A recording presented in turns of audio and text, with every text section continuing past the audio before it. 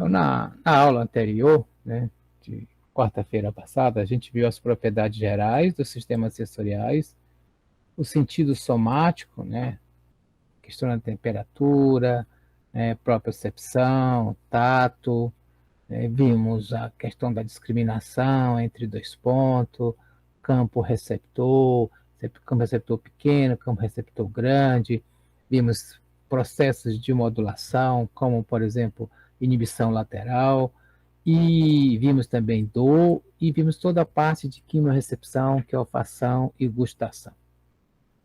No dia de hoje, nós vamos ver 3 sistemas. Em primeiro, nós vamos ver a audição, depois nós vamos discutir um pouco sobre equilíbrio e visão.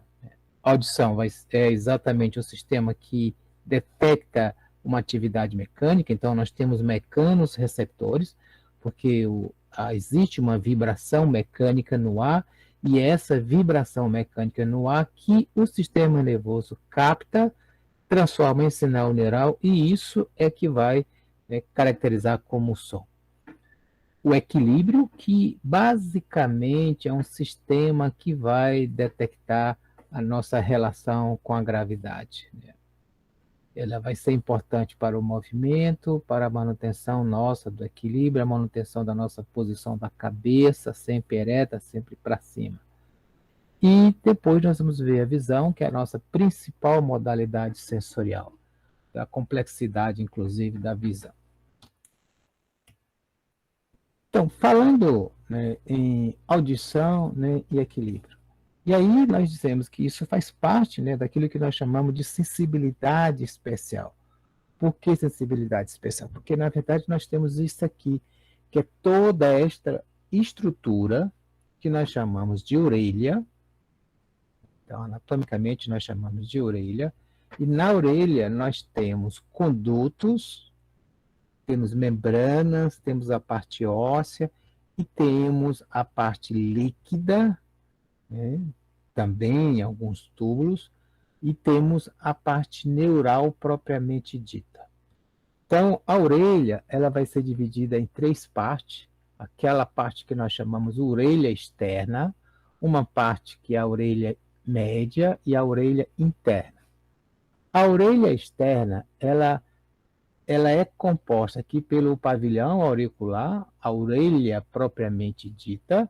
Ela é fundamental, a sua estrutura é importante porque ela direciona as ondas sonoras para dentro desse canal, que é o canal auditivo, ou meato acústico externo.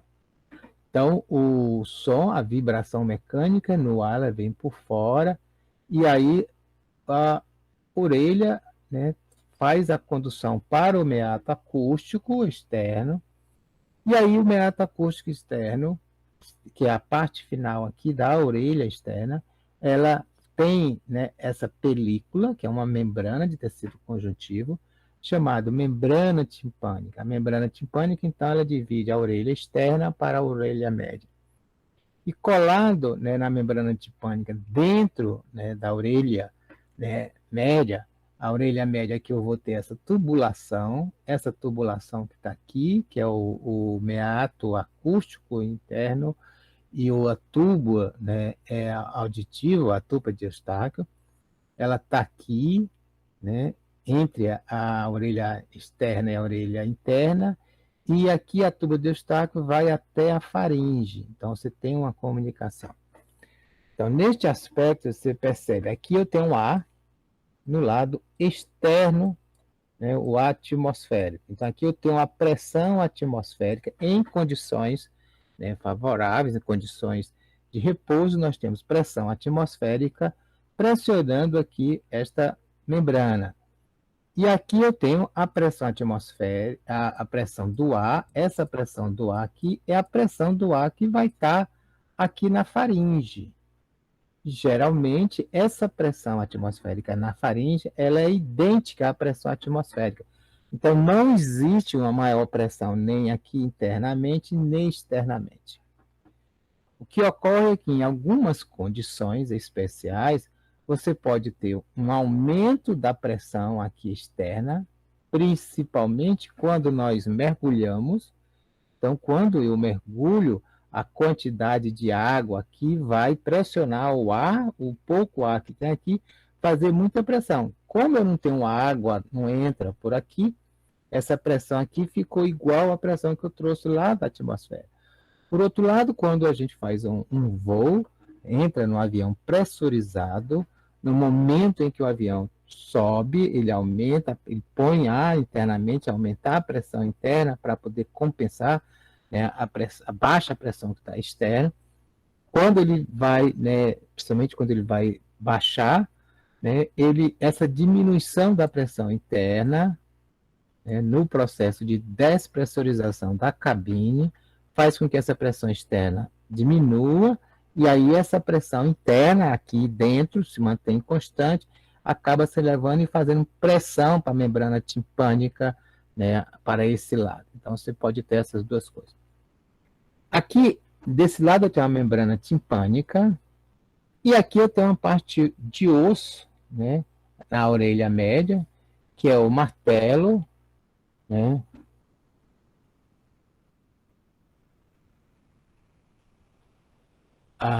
O barotrauma, José Azevedo, é quando você tem esse aumento provocando algum trauma específico, que provoca dor.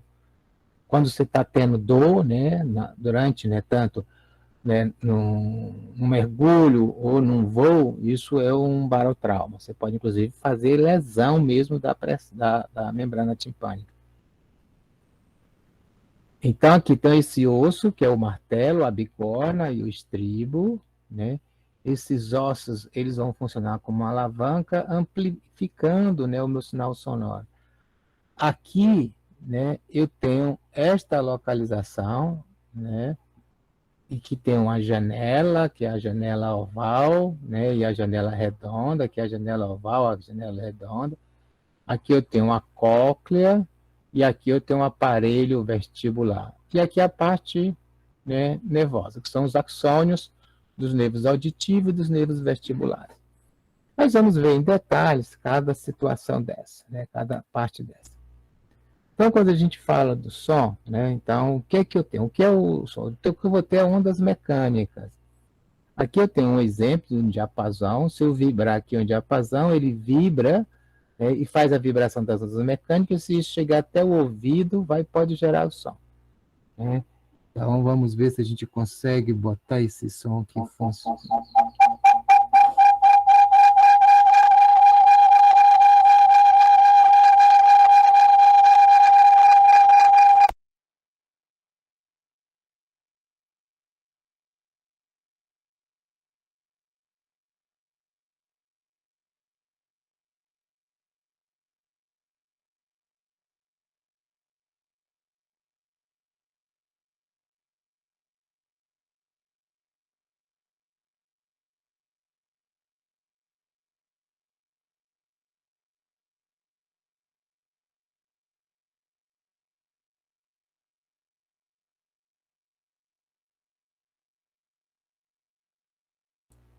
Deixa eu só fazer.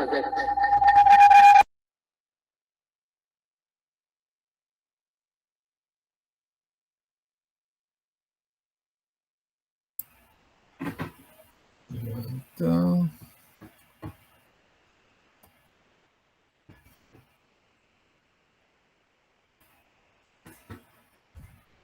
Ok? Vocês estão me ouvindo? Sim, professor. Sim, professor.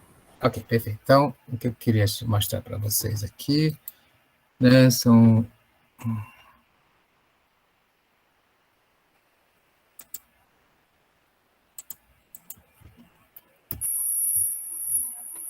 Então, esse som, vocês estão ouvindo esse som? Sim. Sim. Esse som é de alta frequência, este som é de baixa frequência. Então, aqui eu estou vendo um som, né? O que é que vai me caracterizar? Exatamente essa compressão que está acontecendo, né, aqui, né, no ar, né? Então, essa vibração mecânica. Então, o que vai diferenciar o som? É um som vai ser exatamente o comprimento de onda. Então, o que no sistema sonoro ele vai identificar é o comprimento de onda E a amplitude dessa onda, é claro, ela vai me dar, né, a intensidade, né? Então, isso é a alta frequência, está em aproximadamente, esse som que vocês estão ouvindo agora, é aproximadamente 10 mil Hz, e esse outro som é aproximadamente 400 Hz. Então, como é que haver essa transmissão, né, do sistema, né, do som especificamente, né? Então, a primeira coisa que eu vou ter é o movimento das ondas sonoras aqui, né, no canal auditivo externo, né? Então, no meato acústico externo e aqui no canal auditivo. Então, eu tenho essa vibração vai chegar até aqui na membrana timpânica, vai vibrar a membrana timpânica. Esse ossículo, que é o martelo, ele está acoplado aqui à membrana timpânica, ele também oscila. Esse outro ossículo, a bigorna, também está acoplado, então ele oscila também, que está acoplado aqui a esse outro ossículo, que é estribo.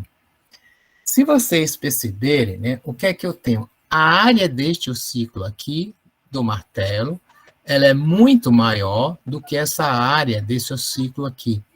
Isso significa que eu vou promover um processo de alavanca, então eu vou ter amplificação dessa vibração, vai chegar aqui e vai amplificar esse sinal. Aqui, né, essa membrana, né, que é a janela, que aqui que eu estou na janela, né, oval, né, essa janela oval, aqui eu tenho aqui, né, exatamente um líquido. Esse líquido, ele está aqui, tá? Certo? E aí, o que ocorre? Eu vou ter a vibração dessa rampa e a vibração dessa outra rampa, e é exatamente a vibração dessa rampa aqui com os líquidos que vai fazer com que haja, né, a transdução do sinal mecânico em sinal neural. E depois, terminando nessa outra janela, que é a janela, né, da cóclea, né, essa janela aqui da cóclea, ou janela redonda, veja, ela não tem nada. Na hora que o som chega aqui, vai vibrar o ar daqui de dentro. E aí, com isso, você não tem retorno. Então, a vibração não vai e volta. Ela chega aqui e ela se dispersa, ela amortece aqui nessa janela, né, redonda ou janela da cóclea. Então, a cóclea em si, vocês estão vendo aqui, ela tem aqui, né, nesse formato de caracol, tá aqui é ela, nessa janela, né, então tá aqui ela como se tivesse feito um corte aqui, então que a gente observa exatamente aqui, então essa parte, essa outra parte, né, e essa parte aqui é azul. Se eu fizer um corte, né, e fizesse como se fosse uma planificação desse processo, eu veria isso aqui. Então, aqui seria a janela, né, oval, a janela aqui de cima, tá? Essa daqui. E aqui, né, a janela, né, redonda. Então, eu peguei a cóclea e desenrolei ela, tá? Aqui é a parte, né, que tem a ver com equilíbrio, né? Aqui é a rampa, né? Aqui é o ducto coclear, certo? Aqui é a parte, né, externa, a parte final, que nós chamamos de helicotrema, tá? E essa parte aqui inicial, né? Então, aqui eu tenho a parte superior, vou chamar de rampa, né, do vestíbulo, e aqui, né, a rampa do tímpano.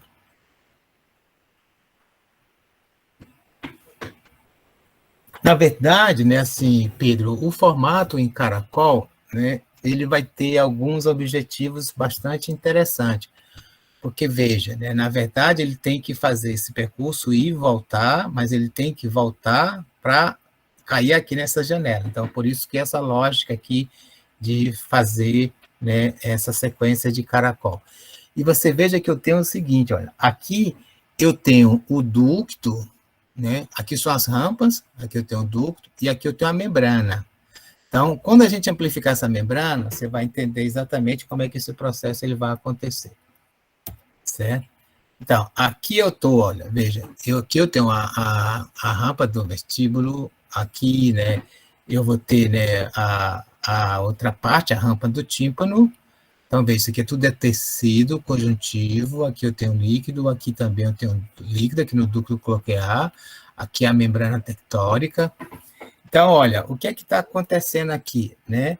Vou voltar aqui, eu tenho essa parte aqui, vai vibrando aqui, chega e vibra aqui. Aqui também eu tenho um líquido. Né? Então, na verdade, eu estou vibrando aqui e vibrando aqui. E aqui, olha, é que eu vou ter exatamente o conjunto. Então, veja, olha, eu tenho aqui líquido que vai vibrar mecanicamente, aqui também vai vibrar mecanicamente, aqui também vai vibrar mecanicamente. O que é que o processo vai acontecer? Se eu pegar aqui essa célula, esse pedacinho aqui, quando eu amplifico, eu vejo isso. Está aqui a membrana basilar, está aqui essa membrana, né? A membrana basilar é essa aqui de baixo, que aqui seria essa linhazinha aqui, né? Então, a membrana basilar está aqui. Acima da membrana basilar tem esse conjunto de células aqui, tá?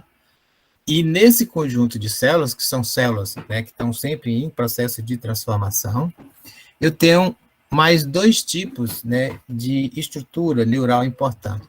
Eu tenho essas células que são chamadas células pilosas, né, ou células ciliadas, tá? E essas células ciliadas, acima, né, elas têm esses cílios, e esses cílios eles estão aqui em contato com a membrana tectórica, tá? E essas células ciliadas, elas vão fazer sinapses com as terminações dos axônios das fibras, né, do nervo coclear, que é o nervo, né, auditivo, tá? Que vão se juntar lá na frente e formar o nervo auditivo. Então, aqui eu tenho o desenho, né? Então, olha, veja, né, o que acontece com o líquido que está fazendo aqui. Eu tenho aqui a onda de líquido, então, vai pressionar, que é a membrana tectórica, e ao pressionar que é a membrana tectórica, vai mudar a posição desses cílios, e a mudança da posição desses cílios é que vai gerar os potenciais receptores auditivos.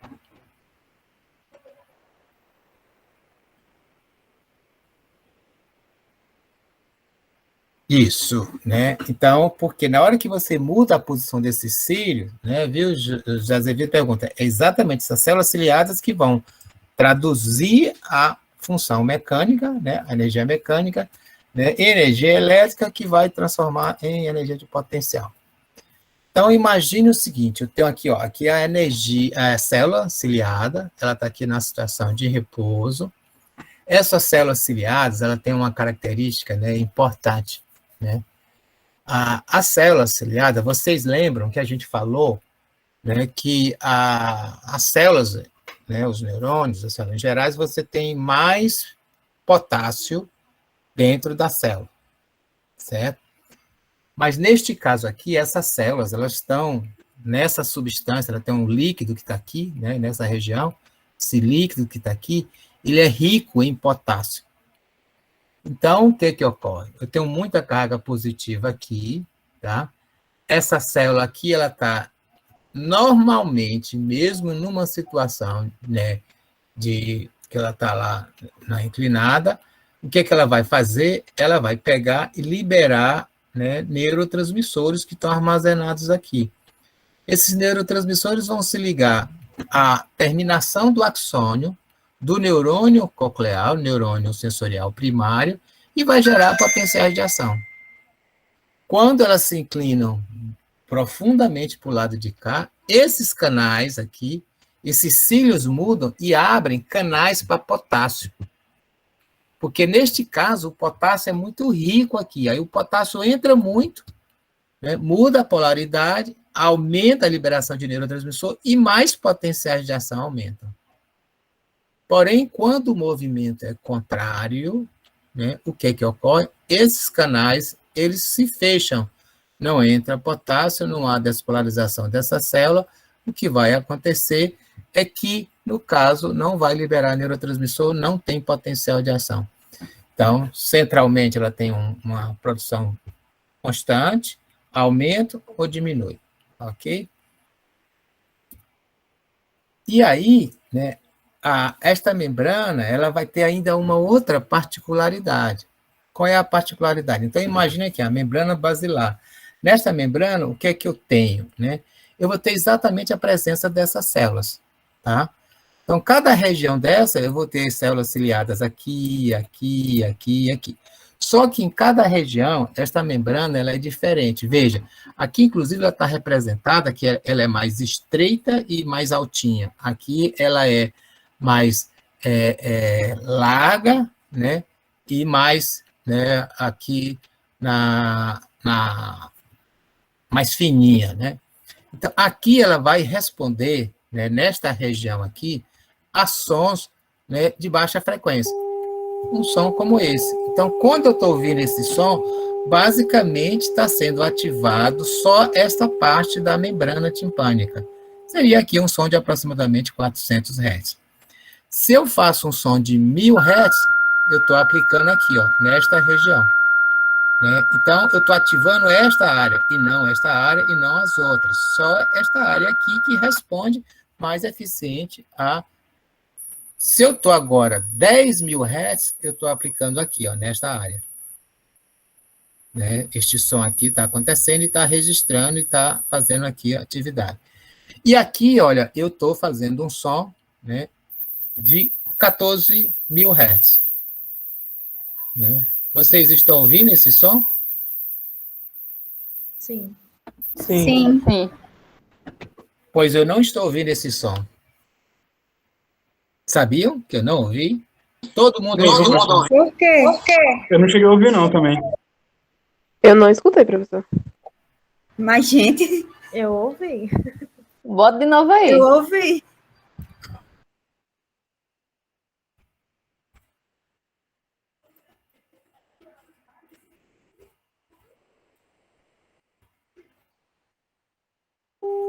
Então, todo mundo ouviu esse som, certo? Sim. Sim. Isso aí é 400 Hz.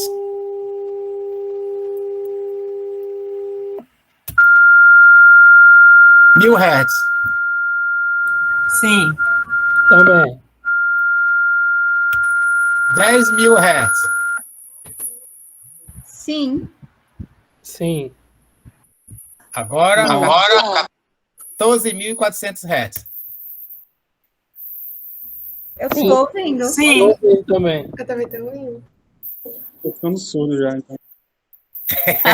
Eu tô preocupada, é sério, eu não tô escutando, não. Tá certo. Então, veja bem. Então, eu fiz isso de propósito, tá? Por que que eu, John Fontinelli Araújo, professor de Fisiologia para Engenharia Biomédica, no ano de 2021, não houve esse som? Porque a minha membrana timpânica, essa minha membrana timpânica, não, desculpe, esta aqui, a minha membrana basilar, na idade, ela vai ficando, eu vou perdendo a capacidade de vibrar ela aqui, né, em altas frequências. Né? Quanto mais jovem a pessoa, mais ela consegue ter um espectro maior. Né? Então, provavelmente, assim, quem tem 10, 12 anos, consegue ouvir facilmente 17 mil Hz, sem problema nenhum. E a gente vai perdendo isso. Né? No meu caso, né, eu estou perdendo isso pela questão do envelhecimento, é natural. Né? A frequência que a gente ouve melhor é lá próximo da nossa voz humana, entre 1.000 e 3.000 Hz. Né? Os extremos é que a gente vai, né, perdendo aos poucos, conforme, né, o nosso envelhecimento. Tá? E a gente vai detectar esse som, né, que ele vai ter uma circuitaria bastante, né, especial. Né? Então, o que é que ocorre? Né? Eu tenho aqui, né, a cóclea, tá? Que vai ser ativada pelas ondas sonoras, vai ser detectada aqui pelo o nervo. Né? Aí a primeira sinapse que ele vai fazer vai ser aqui no bulbo, nos núcleos cocleares. E aqui, olha que interessante, aqui no núcleo coclear, ó, o neurônio se mantém ipsilateral, do mesmo lado, e o outro, ele cruza e vai fazer sinapse, né, com o segundo neurônio aqui. Aqui, olha, no segundo neurônio, veja que coisa interessante. Parte dessa informação vai para o cerebelo. Por que que vai para o cerebelo? Porque o cerebelo tem a ver com a questão, nós vamos ver na aula mais na frente, de movimento. Então, o som ajuda muito a gente a fazer movimento, inclusive o movimento da cabeça, tal, etc. A outra parte vai para aqui para o tronco cerebral, aí vai para o tálamo, e do tálamo vai para o córtex auditivo. Né? Lembre que quando a gente falou, né, aqui é como estaria o neurônio primário, e eu tenho 2 neurônios secundários, aqui seria o neurônio terciário, até chegar aqui eu tenho a noção. Agora, veja que aqui em azul está representando a informação que está chegando pelo lado esquerdo, e em vermelho pelo lado direito. As informações que vão chegar em cada córtex auditivo, elas vão ser dos 2 ouvidos. Então, aqui no meu, né, córtex auditivo esquerdo, eu vou estar recebendo informação tanto do ouvido direito, como do ouvido esquerdo, como do ouvido direito. E no córtex auditivo direito, eu vou estar recebendo informações dos 2 lados. Ok? Então, quando eu falei, por exemplo, que eu brinquei com vocês, né, e botei ali, isso aqui é o que a gente chama de audimetria. É claro que quando a gente está fazendo audimetria, a gente faz numa situação, né, não é dessa forma como eu fiz aqui, a gente faz de uma forma mais controlada. Aqui eu tenho um sistema que vai produzir o som com intensidades diferentes e frequências diferentes, certo? Não, João Paulo, ali não é degustação das pirâmides, não. Lembrar da degustação das pirâmides é sempre na descida, certo? Dos motoneurônios. Então, aqui o que eu tenho, né, a técnica está aqui, ela emite o som, e aí o voluntário que está aqui, né, o paciente, ele vai dizer que está ouvindo ou não está ouvindo, certo? Então, aqui, o que é que a gente fez? Eu vou variando, né, o som. Então, imagine, eu estou aplicando um som aqui, né, e vejo, né, aqui eu tenho, né, o nível de, né, intensidade e aqui a frequência, tá? Então, isso aqui é uma frequência baixa, 200 Hz, 300, 2000, tal, isso aqui numa escala logarítmica. E aqui a intensidade, que é em decibéis. Aí a primeira coisa que eu detecto, né, que eu vou tentar avaliar, é qual é a intensidade mínima que ele vai detectar, certo? Tá? Aqui eu faço para a orelha direita, eu estou com o aparelho, né, o headphone, o paciente está aqui com o headphone, então eu dou estímulo numa orelha, numa outra, e faço a curva. Então, isso aqui é uma curva de um indivíduo normal, né, que ele ouve aqui nessa intensidade razoável, né, e em todas as frequências, sendo que, por exemplo, olha, até aqui assim, ele conseguiu ouvir bem, daqui ele ouviu muito, muito fraco aqui, ó, certo? Então, né, essa é a questão da audição. A audição, basicamente, ela tem essa simplificação, né? E aí vamos ver, né, no que nós temos, né, desse processo, né, complexo, né, o que nós vamos ter aqui para a gente olhar o que nós chamamos de aparelho vestibular. Então, veja, é a mesma estrutura, semelhante, só que em vez de eu estar aqui atrás da cóclea, eu vou estar atrás aqui desses outros canais semicirculares. Né? Então, aqui, ó, aqui é a cóclea, né? Então, isso aqui vai ser a vibração por som, mas aqui o que eu vou ter, né, são essas regiões, que eu vou chamar aqui a mácula, o sacro, o trículo, né, e vou ter esses canais, né?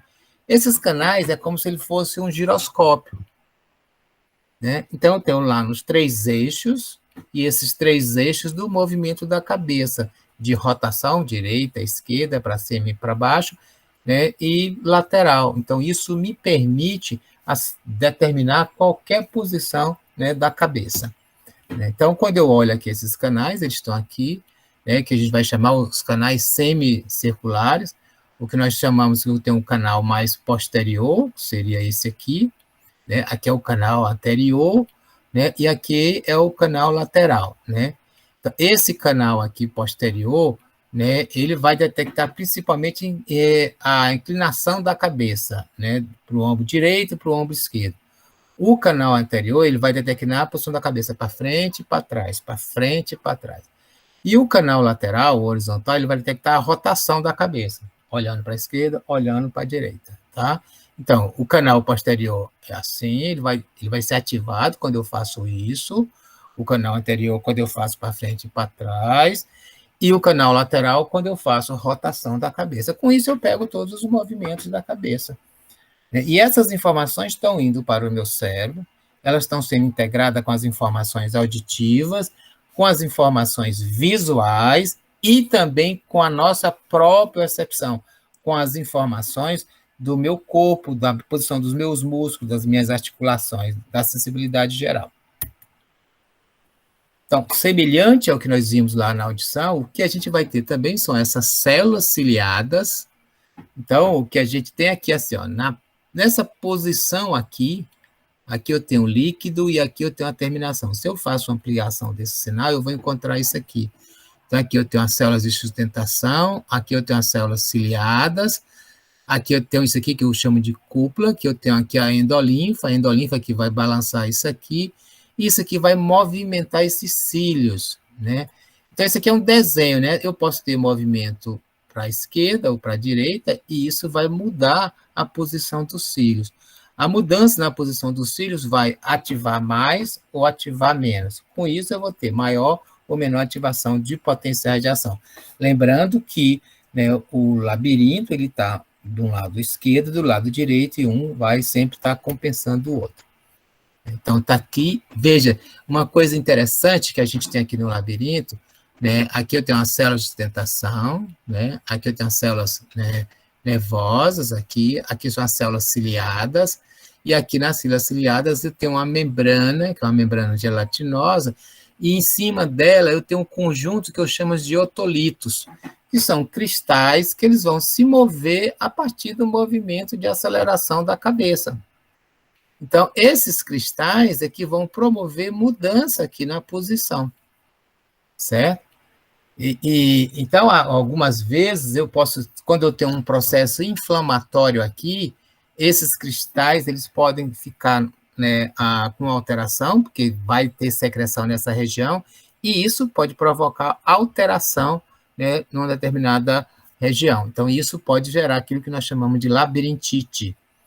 A labirintite é quando eu tenho um processo inflamatório aqui, nesta região, promovendo uma hiperatividade dessas respostas. E, muitas vezes, isso ocorre só numa região, né, não bilateralmente, e isso vai acabar provocando, né, um desequilíbrio entre a informação de um labirinto com o outro. Aqui são as vias, a circuitaria neural, né? Então, aqui eu tenho, né, aqui o labirinto, o aparelho vestibular, o labirinto está aqui, os ramos, né? Esse ramo ele vai entrar, uma parte vai aqui para os núcleos vestibulares no bulbo, esses núcleos vestibulares, parte vão para o cerebelo, né, parte, né, desce e vai atuar sobre os motoneurônios, principalmente os motoneurônios relacionados ao movimento ocular, né? Parte vão atuar na formação reticular, vai para o tálamo, do tálamo para o córtex cerebral, dando, né, informações sobre o equilíbrio. Ok? Então, né, saindo do equilíbrio, que é simplesmente uma questão mecânica, aí nós vamos para a visão, né? Que é a visão que é a nossa sensibilidade mais especial. E aí a visão começa, né, com essa estrutura, que é o olho. O olho tem algumas características muito interessantes. Se vocês forem ler, por exemplo, o livro Origem das Espécies, de Charles Darwin, há um capítulo no Origem das Espécies, do Darwin, que ele faz, né, uma discussão sobre o quanto o olho é perfeito nos animais e também, é claro, nos seres humanos. Pela a complexidade, a riqueza, né, de fenômenos, né, mecânicos e fisiológicos que ocorrem no olho. Então, aqui eu tenho essa animação, né, eu tenho um piscar. O que é que a gente está vendo aqui? Olha, aqui eu tenho, né, todo, né, aqui a pupila, né, o cristalino, aqui a esclerótica, e toda hora piscando. Então, o que é que eu tenho aqui? Ao piscar, eu estou lubrificando esta região. Tá? Então, vejamos, né? Aqui a pupila está pequena, né? Ela pode ser dilatada. Se eu tenho um pouco de luz, ela aumenta de tamanho. A pupila é só esse orifício escuro que a gente está vendo. Ela pode ampliar ou ela pode diminuir de tamanho. Aqui eu tenho um desenho, né? Um esquema, né, de um olho, né? Então, o que a gente tem aqui? Aqui eu tenho as pálpebras, pálpebra superior, pálpebra inferior. Aqui eu tenho a pupila, aqui eu tenho a íris e aqui eu tenho a esclera, né? Aqui eu tenho a órbita, a parte óssea, que nós vamos chamar, né, a órbita, né? Aqui eu tenho o que eu chamo de ducto lacrimal, que sai daqui por causa de toda hora que eu estou piscando, eu estou lubrificando, e o excesso de líquido aqui, que é a lágrima, ela desce aqui por esses ductos, se acumula aqui e pode sair aqui no nariz. Aqui eu tenho a glândula lacrimal, aqui em cima. Aqui eu tenho vários músculos, né? Aqui é o músculo, né, fixado à superfície externa do olho, que vão controlar, né, o movimento para cima, para baixo. Eu tenho aqui os laterais, tal, e etc. Então, aqui eu tenho, né, uma parte lateral, né? Então, veja, eu tenho um músculo aqui por cima, eu tenho um músculo lateral, eu tenho um músculo aqui embaixo, eu tenho um músculo aqui e eu tenho esse outro músculo aqui. Então, o olho eu posso fazer. Veja que tanto movimento ele faz para cá, ele faz para direita, esquerda, para cima, para baixo. Eu posso fazer diversos movimentos oculares, né? E esses movimentos oculares, eles são muito refinados, né? Eles têm um controle bastante refinado, né, esse movimento ocular. Aqui eu tenho, né, uma definição melhor, né, das funções, né, do olho. Então, veja, aqui essa é a pálpebra superior, a pálpebra inferior, né? Aqui eu tenho a esclera, né? Aqui eu tenho a parte muscular, né? E aqui, olha, eu vou ter o cristalino, desculpa, aqui eu tenho a córnea, que é essa dilatação aqui, tá? Aqui eu tenho a pupila, e aqui eu tenho, né, uma lente, que é o meu cristalino. Então, o que que ocorre? Aqui a luz vai passar por esse aqui. Então, aqui é o tamanho da pupila, é esse. Se houver uma contração dessa musculatura aqui e dessa musculatura aqui, essa estrutura aqui, ela regride mais para baixo, aqui mais para cima, aumentando o diâmetro pupilar. E aí passa mais luz. Então, veja, a luz vem para cá, né? Então ela sai do meio, né, do ar, passa aqui por esse meio que é meio aquoso, passa aqui por essa lente, e aqui ela entra no outro meio aquoso, até chegar aqui nesta região, que é a pupila, aonde eu tenho os fotorreceptores. E na pupila, eu tenho essa região aqui. Retina. Oh, desculpa, retina. Obrigado. Obrigado. Aqui que eu tenho a retina, onde eu vou detectar, né, a luz, propriamente dita, onde tem os fotorreceptores. Então, aqui eu tenho o nervo óptico, onde são os axônios das células ganglionares que estão aqui na retina. E também eu tenho os vasos sanguíneos, né, a artéria, que traz sangue aqui para, né, as células que estão aqui na retina, e as veias que estão saindo, né, que nessa região aqui não existe célula fotorreceptora. Então, essa região aqui é conhecida como ponto cego. Então, quando a gente olha, né, lá a retina, a gente faz aquilo que a gente chama de exame de fundo de olho. Então, isso aqui é um oftalmoscópio. Então, eu tenho lentes que eu vario aqui, eu tenho uma pequena luz, eu peço para o indivíduo dar uma olhada, e aí eu ponho uma luz passando pela a pupila. Claro que quando eu faço isso num ambiente, né, de exame, num consultório oftalmológico, ele é escuro para a pupila dilatar, eu ainda dilato a pupila, né, e facilito o exame. Então, quando eu olho lá dentro, eu vejo uma imagem normal, mais ou menos desse jeito, né? Então, o que é que eu vejo? Eu vejo vários vasos, os vasos estão aqui ramificados, eu vejo uma parte muito mais clara, né, bem clara, que eu chamo de disco óptico.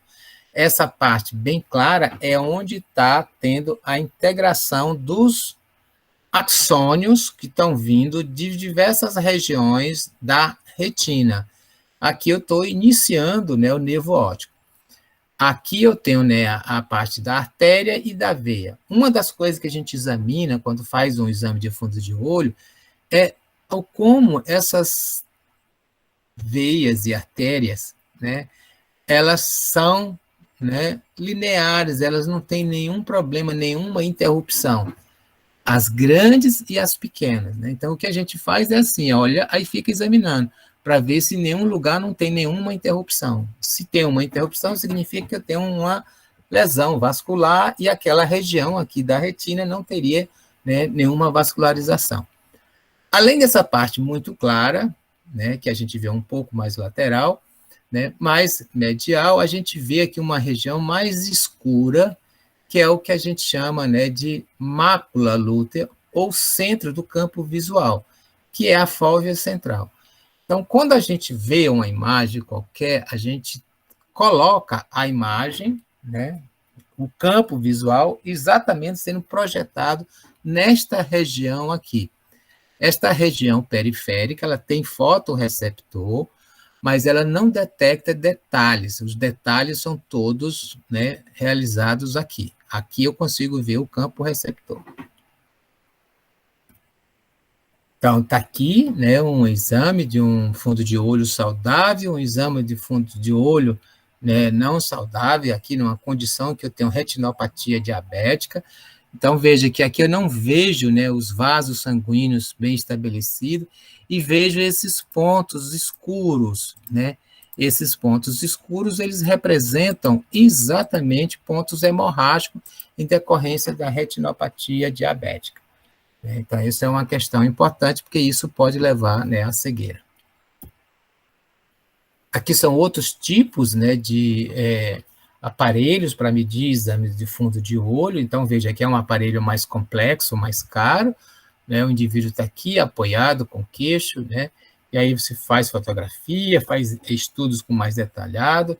Aqui eu tenho um outro aparelho mais complexo, né, esse aqui é o mais simples, né, esse aqui já é um pouco mais complexo, e aqui é uma lente adaptada, que é um celular, e eu tenho aqui o aplicativo para fazer a imagem de fundo de olho.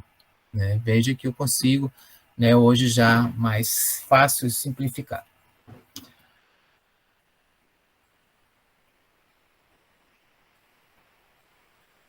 Então, aqui o Alexandre, né, ele pergunta, professor, esta imagem vai variando com a faixa etária, correto? Exemplo, olhando só a imagem do exame, dá para saber se é de um jovem ou de um idoso? Sim, sim. Aí é claro que a gente precisa ver se o jovem não tem nenhuma patologia.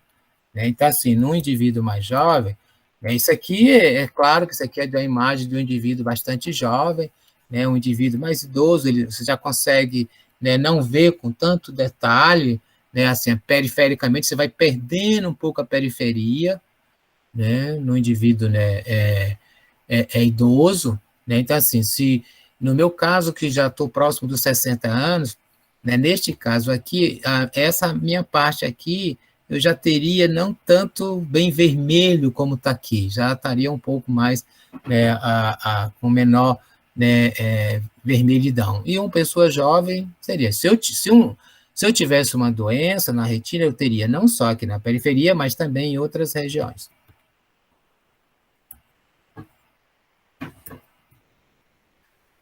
E aí, né, hoje, né, a gente já tem várias coisas que a gente pode, né, fazer estudos, né, inclusive, né, que vocês que são da área de engenharia, né, biomédica, né, têm desenvolvido, né, e a gente tem usado os aparelhos mais simples, como este caso aqui, né, na verdade aqui é uma lente acoplada, e na verdade eu tenho um aplicativo, né, para poder encontrar essa imagem, né. Aqui, no caso, né, é uma forma de você fazer, por exemplo, uma avaliação. Né? Então, imagine que aqui eu tenho um espelho, o olho do paciente, aqui está o paciente. Né? Aqui eu tenho uma lente que vai, né, condensar, que é a imagem real. Né? Isso aqui seria, né, por exemplo, a visão. Né? Isso aqui seria o médico que estaria olhando para examinar o que está acontecendo lá dentro, né? E aqui, né, eu teria, né, em vez de eu olhar, né, pelo médico, né, eu posso olhar aqui pelo smartphone e fazer uma fotografia, capturar aqui essa imagem que está aqui, né, e, por exemplo, fazer uma avaliação de fundo de olho.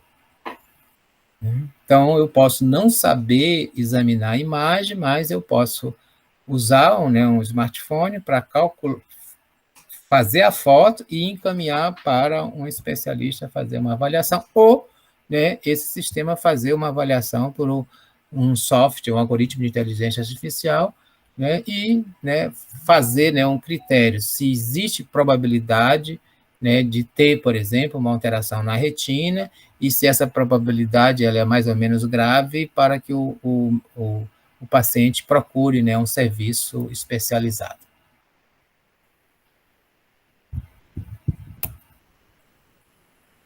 Já comentei isso aqui para vocês na primeira aula, que esses sistemas de inteligência artificial já existem, né? Já, inclusive, validados com alta eficácia e já utilizados, né, na medicina, né, ao redor do mundo. No Brasil, ainda há uma posição, né, uma postura dos médicos, né, contra o uso desses tipos de tecnologia, né, muito grande, né? Mas, por exemplo, nos Estados Unidos já se usa bastante, principalmente nos pequenos centros, né, nas pequenas cidades, onde eu não tenho profissionais, né, especialistas, né, médicos especialistas, para poder fazer as avaliações. E a circuitaria, né? Então, a circuitaria, basicamente, né, eu tenho aqui o olho, a retina, eu tenho aqui o nervo óptico, faz o quiasma óptico, e depois do quiasma óptico, ele cruza, levando, né, o trato óptico. E aqui ele vai fazer aquela mesma coisa que eu comentei para vocês, como que aconteceu lá na audição, né? No trato óptico, vai levar informações do olho direito e do olho esquerdo. Do trato óptico, né, essa informação vai aqui para o tálamo, que é o corpo geniculado lateral. Aí no corpo geniculado lateral tem aqui, a gente chama de radiação talâmica, que são esses axônios, e vem aqui, né, para o córtex occipital no lobo, né, estriado. Então, eu tenho retina, na retina eu tenho a célula ganglionar, que é o primeiro neurônio, ok? Sensorial. Eu tenho aqui no geniculado o segundo neurônio sensorial, o terceiro neurônio está aqui no córtex visual. Aí, o que é que vai levar de informação? Então, veja, parte da informação da retina, então eu tenho as vias, né, colaterais, partem, né, do tálamo, né, elas saem daqui, elas vêm aqui, ó, elas são ativadas, né, e vão fazer sinapses, né, a fim de controlar várias funções. Então, veja, eu vou ter informação luminosa que, em vez de ir, né, aqui, ó, vai daqui para o tálamo. Ela, em vez de ir para o tálamo, ela vai para o mesencéfalo, certo? Aqui no mesencéfalo, o que é que vai acontecer? Essas coisas, esses neurônios, eles vão se projetarem de volta aqui para a musculatura, né, que vai promover a dilatação ou constrição da pupila, tá? Então, essa informação vem para cá, vai para cá, vem, daqui volta. Então, quando eu tenho muita luz, a resposta é reduzir a pupila. Quando eu tenho pouca luz, a resposta é dilatar a pupila. Então, a formação da imagem, né? Então, olhando, né, a gente tem aqui um ponto, esse ponto, então, luminoso, ele passa aqui pela pupila, aqui a lente, vai fazer a apontação, e ele vai, ó, esse ponto, ele vai se projetar aqui na fóvea. Outras informações que estão aqui lateralmente vão cair na retina, né, lateral. Mas a precisão, o ponto de fixação, vai cair exatamente aqui na fóvea central. Aqui na fóvea central é onde eu vou ter o maior número de fotorreceptores. Né? Então, está aqui a fóvea, né? Se eu tivesse aqui essa imagem, né? Então, onde é que eu pegaria? O ponto de fixação estaria aqui, ele estaria exatamente caindo na fóvea. Essa imagem, então, ela estaria se projetando aqui, e essa imagem estaria se projetando aqui, sendo que aqui, perifericamente, a imagem, ela tem uma menor qualidade, porque eu tenho menor, né, fotorreceptores. Isso aqui, né, é mostrando, né, os axônios aqui no nervo óptico. Olha que interessante. Quando eu olho aqui a retina, o que é que eu vou ter? Eu tenho essa camada, que é uma camada que ela vai ter vasos sanguíneos, tá? Eu tenho depois vaso sanguíneo e tecido epitelial. Aqui eu tenho uma camada pigmentada, então essa parte escura. Isso aqui é para absorver a luz, não permitir que a luz fique fazendo reflexão aqui dentro da retina. Eu tenho os fotorreceptores. Depois eu tenho as células ganglionares, eu tenho as células bipolares, e depois é que eu vou ter as células ganglionares. As células ganglionares vão emitir o axônio e vai formar o nervo óptico. Então, veja, a imagem ela vem nesse sentido. Tem que passar por essas camadas tudinho para depois atingir aqui as células ganglionares. Tá? Veja que aqui nesta região, que é o ponto cego, não tem célula fotorreceptora. Aqui está exatamente, né, na região onde eu tenho maior detecção, né? Então, isso aqui é mais fácil, aqui eu não vou ter as células as células ganglionares aqui, a luz vem na fóvea central, e eu vou ter a região na fóvea central, é onde eu vou ter a maior concentração de cônios, certo?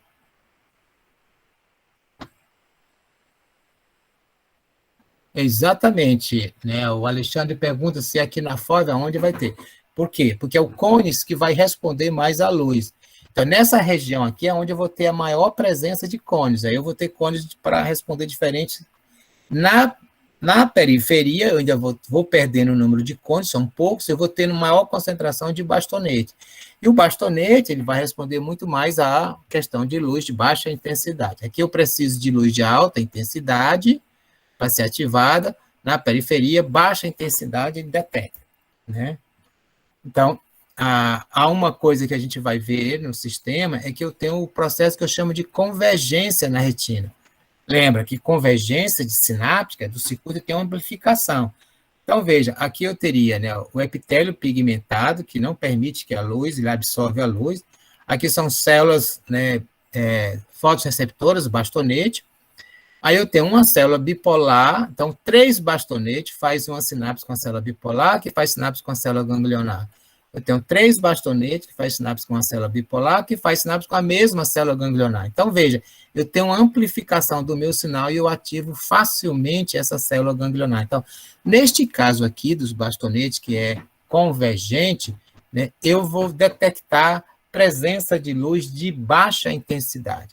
Sendo que os bastonetes, eles vão estarem aqui na retina periférica, certo?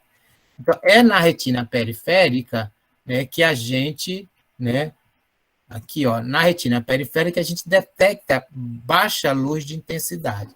Só que quando eu tenho baixa luz, né, eu vou usar a periferia para detectar, mas eu não consigo detectar, né, com precisão. A precisão vai ser aqui, quando a imagem estiver aqui na foto. Mas aqui eu tenho a detecção, né, de luz de baixa intensidade. Então, à noite, né, a gente diz que a gente tem, né, uma visão periférica. Por quê? Porque à noite a gente usa muito mais, né, a retina periférica. Por isso que, às vezes, a gente tem uma determinada, né, letra, um determinado texto, a gente não consegue ler à noite, mas consegue ler de dia. Ou, se a luz estiver de baixa intensidade, a gente não consegue ler, mas na hora que eu aumento a intensidade, eu consigo ler. Por quê? Para a imagem, né, ser detectada aqui, ela precisa ser bastante intensa, na periferia, não. Então, né, no Brasil, há alguns anos atrás, foi instituída uma lei de trânsito, né, que obriga, né, os condutores a ligarem os faróis dianteiros dos seus veículos nas estradas. Essa regra já existia há muito tempo em vários países fora do Brasil. Por que essa regra existe? Porque quando a gente está dirigindo, né, a gente está concentrado, né, a nossa imagem na frente, né? Tá? A imagem da frente está caindo aqui, nesta região. Porém, a imagem do retrovisor está caindo aqui, né, na retina periférica. O que é que vai acontecer? É que se na retina periférica, né, tiver um movimento, ela não vai diferenciar, por exemplo, o carro do que está acontecendo, o que está tendo atrás. Mas se tiver qualquer luz de baixa intensidade aqui, né, atrás se movimentando e sendo detectada aqui pelo espelho retrovisor e vem para cá, a gente nem está percebendo, isso ativa o nosso cérebro e faz com que a gente desloque a nossa visão e coloque o retrovisor aqui e consiga identificar que ali tem um carro. Então, porque a retina periférica, em parte, ela tem essa função de detectar baixa intensidade de luz, né, e ser um sistema de alerta. Certo? Então, por isso, né, que essa regra ela é importante, né, de ser, né, colocada, de ser mantida, né, nas estradas brasileiras. Aqui eu tenho os vários fotorreceptores, aqui eu tenho um conjunto de cônios e bastonete, né? Aqui eu também tenho não só essas células bipolares, eu tenho células, né, horizontais, eu tenho células amácrimas e as células ganglionares. A luz vem nesse sentido, ativa aqui, volta e vai aqui ativar o final dessa célula.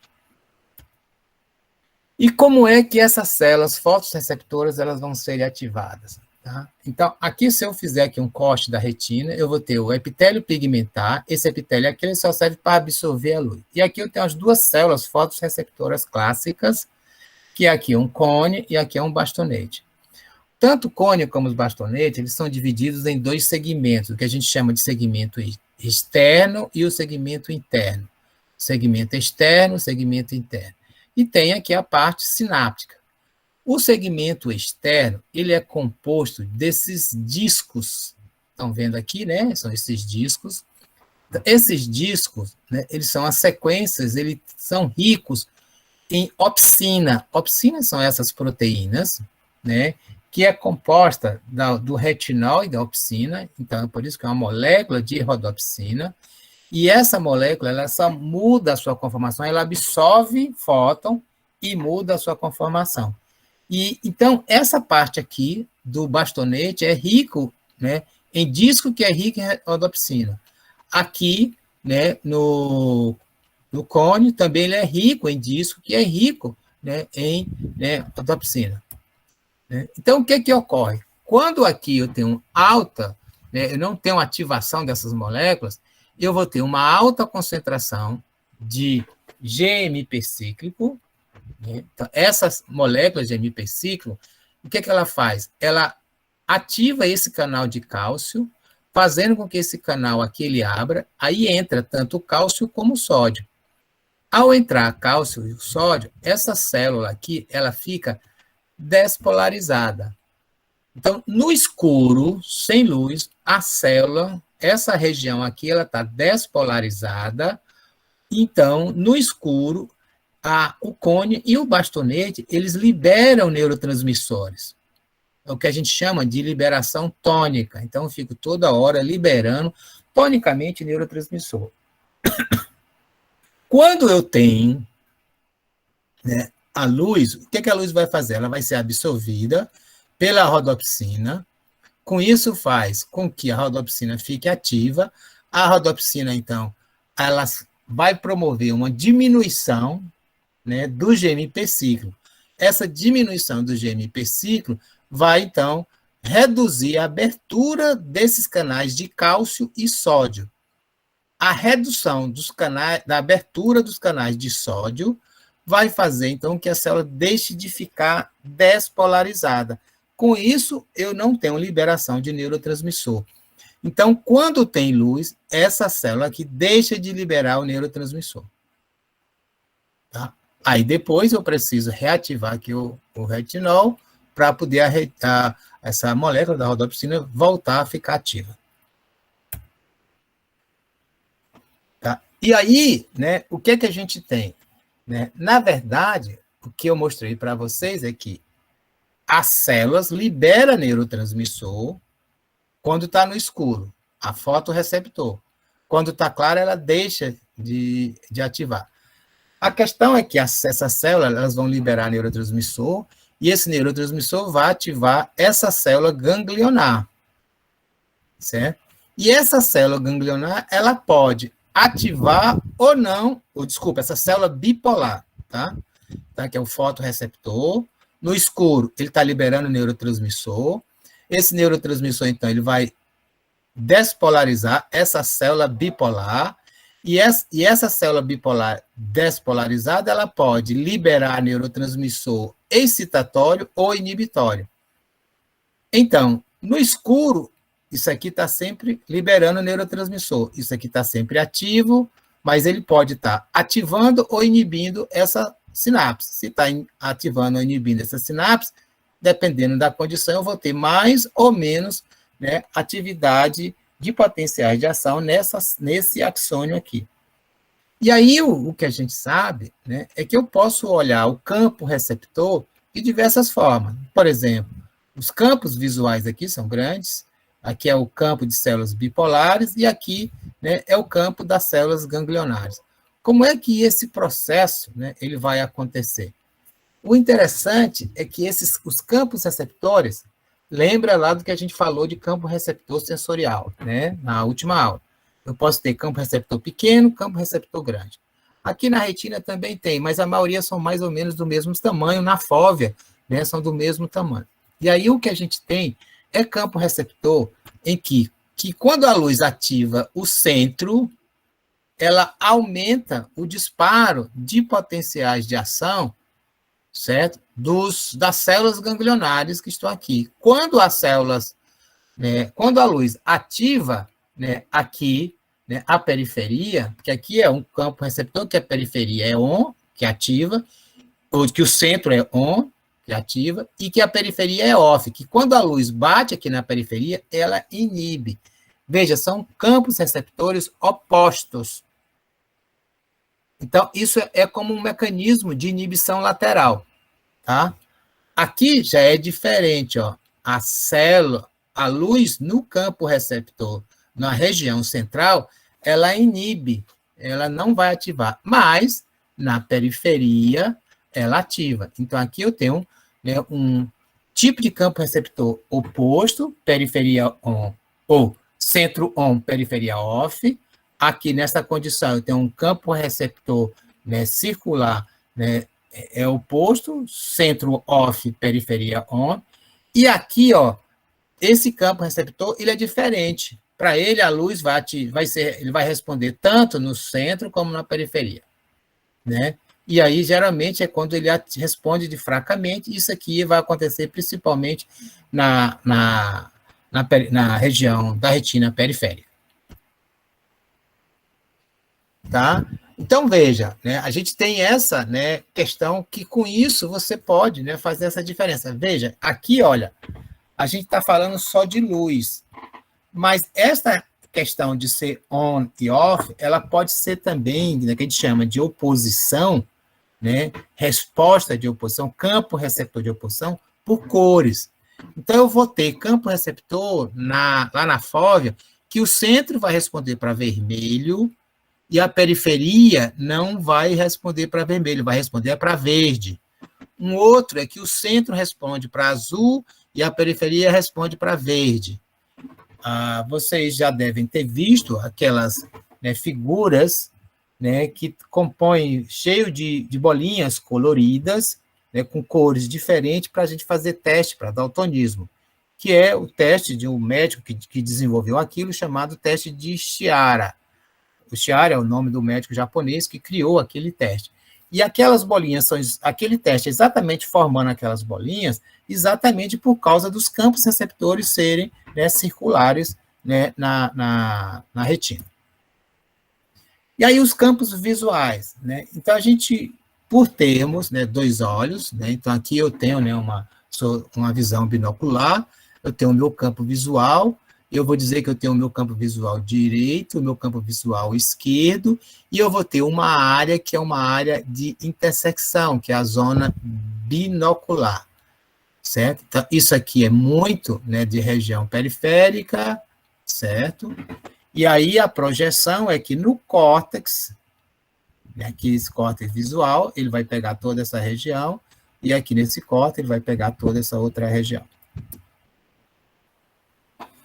Mas a retina, ela se projeta além para as regiões, para promover, né, a questão do sistema visual, de formação de cores, ela se projeta também para uma região aqui no hipotálamo, chamado núcleo supraquiasmático, que é a região que nós chamamos do nosso relógio biológico, que é por isso que a gente se ajusta ao claro e ao escuro, ficamos mais ativos durante o dia, né, e dormimos à noite. Então, está aqui a reprodução, essas células, inclusive aqui, esse sistema ele é detectado por células ganglionares, que tem não a rodopsina, mas é melanopsina, então se projeta aqui para os núcleos supraquiasmáticos, que vai controlar o nosso ciclo sono e vigília, indiretamente vai até a pineal, que vai produzir aqui a melatonina, né, e também aqui para os núcleos, né, olivares pré-tectais, que vão ser responsáveis, né, pelo reflexo pupilar. Então, para a formação da imagem, eu ativo esses aqui, que são os cones e os bastonetes. para a luz que vai para o nosso relógio biológico, para o reflexo pupilar, para a supressão de melatonina, eu ativo, né, a luz ativa essas células ganglionares específicas que contêm o pigmento melanopsina, né? Então, essas células aqui, elas vão estar responsáveis pelo reflexo pupilar, pelo ritmo circadiano, pela nossa atenção, também ela influencia, né, o nosso humor. Essas células, elas são chamadas de várias formas, né? Elas podem ser chamadas de células, né, ganglionares da retina, intrinsecamente fotossensíveis, células ganglionares da retina fotossensíveis, ou células ganglionares da retina que contêm melanopsina, tá? Está aqui representada em azul. Essas células ganglionares, elas se projetam para várias áreas, elas também recebem projeções dos cones e dos bastonetes. Então, como essas células são responsáveis pelo nosso ciclo sono e vigília, por exemplo, elas, né, elas controlam o sono e vigília, mas elas também, né, recebem influência dos cones e dos bastonetes. E para a gente finalizar, eu queria mostrar umas imagens para vocês, que é umas imagens que é o que nós chamamos de ilusão óptica, né? Vocês estão vendo aqui essa imagem, concentre a imagem, olhe bem no centro, aqui, onde eu estou passando aqui o mouse, né, ouvindo da periferia para cá, rodando aqui a cabeça. O que é que vocês percebem? Vocês percebem movimento aqui? Como se estivesse tendo movimento? Algo... E não é simplesmente um processo de ilusão óptica. A outra ilusão óptica que existe muito, esse é um artista plástico que faz muito isso, né? Então, aqui de longe a gente vê isso aqui como se fosse uma face, mas aí no detalhe, né, o que a gente vê é uma pessoa deitada, aqui é uma outra pessoa, uma cuidadora, isso aqui é uma coluna, aqui tem os livros, mas de longe a gente vê, né, como se fosse uma face, né? Aqui é do mesmo jeito, esse aqui é o Oleg, né, que é esse pintor, que ele faz muita ilusão, né? Veja, isso aqui a gente olha, parece o Van Gogh, mas veja que aqui já é uma pessoa sentada, o nariz, se a gente for olhar os detalhes, a gente vai perceber, né, que são várias ilusões, aqui tem várias faces, tais, etc. Aqui do mesmo jeito, né, uma outra imagem dele, né, se vocês foram ver, aqui é uma pessoa, né, aqui é um garoto, né? Isso aqui seriam casas, né? Não olhos. E aí, por exemplo, né? Quantas patas tem este elefante?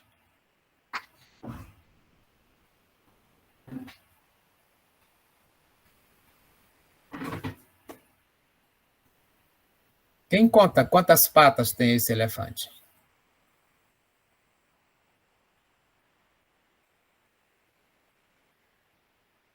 Tem 4. Tem 4? Então, depende de onde a gente olha, né? Se a gente olha por baixo, começa a contar as pastas por baixo, tem 1, 2, 3, 4. Mas se a gente vem por cima, ó, essa daqui, ó essa daqui, ó essa daqui, ó essa daqui. Então, a gente vai vendo patas que... Né? Então, claro, isso é porque eu estou pegando uma imagem tentando... ela é bidimensional e permite isso, né? O que a gente vê nesta imagem, né? A gente pode dizer que é o rosto do Don Quixote ou é o próprio Don Quixote no cavalo, né? Então, se eu ver de uma forma global, eu diria que era o rosto de Don Quixote, mas se eu ver pessoalmente, eu estou vendo aqui o Don Quixote no seu cavalo, né, e os moinhos de vento, né? Ou seja, essas são as ilusões. Aqui também eu posso ver várias outras faces, tá? Então, são ilusões que a gente faz, né? Então, a imagem, porque na verdade a imagem é uma construção mental, né? Então, quando a gente fala de ilusão, é que alguma coisa externa está atrapalhando a nossa construção mental.